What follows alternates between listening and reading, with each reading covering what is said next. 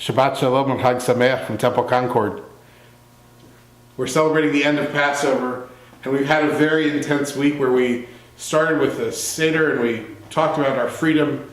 And hopefully over the course of the week you've had an experience not of being bound up as slaves, but of the new opportunities and the new frontiers of freedom. Passover reminds us that we have an obligation not just to experience freedom, but to help share and spread that freedom to all we know. Passover at its finest reminds us that we can't sit still. And it's fascinating that just after Passover, the second night actually, we start in the counting of the Omer.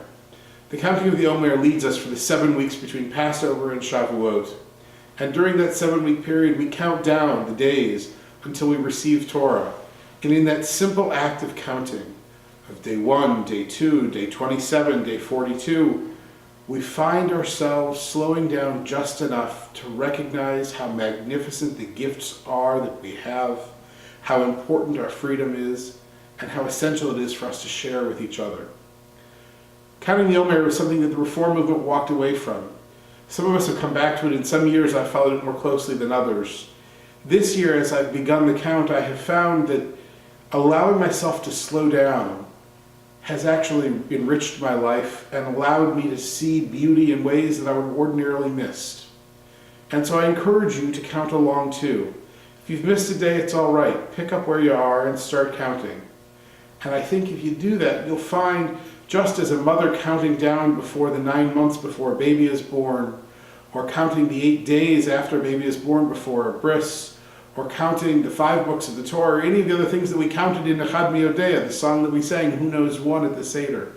In all of those acts of counting, there is strength, there is beauty, and there is a whole new world that emerges when we simply allow ourselves to slow down and count. I must also confess that part of me is fascinated by the counting as I watch my own daughter Elizabeth learn to count. She loves to count to 20, and whenever I walk in the house, she'll first say, hello, and then she'll start counting with me almost immediately. And she sticks a finger up, 1, 2, 3, and she loves doing it. She sees that there's something important there. I wish I could tell you I knew exactly what was going on in her mind, but I probably will never be able to do that. But I can tell you that she sees that counting is important. And in her little face and in her bright eyes, I recognize that she's teaching me something that our tradition has understood for centuries, even millennia. Counting counts. I hope you'll join us for services this Shabbat. Shabbat services will be at 6 o'clock. It'll be my pleasure to be welcoming back our Cantor Emerita, Fran Berg. Cantor Carrier is out of town, and so Fran will be joining us to lead services with me on Friday night. It should be great fun. Saturday morning, we have our final concluding Passover service along with Yizkor. That will take place at 11. On Friday evening, just before the service, we have a special Oneg sponsored by our library, and will take place in our library. Our library committee has been hard at work, so I encourage you to come to the Oneg and come to services too to learn more about the library and even to check out a book or two.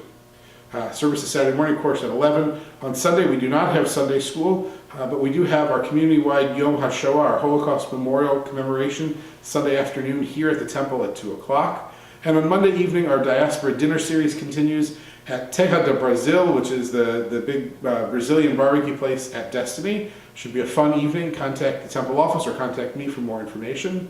And then the rest of the week, next week, we get back into regular routine, all of us enjoying our bread and continuing to count the days between our freedom that we first felt at Passover and our acceptance of the Torah, which guides us in 1,000 different ways, which comes at Shavuot.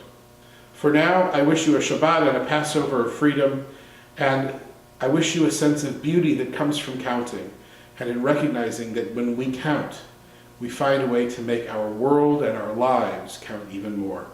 Shabbat Shalom and Chag Sameach. Look forward to seeing you at the temple.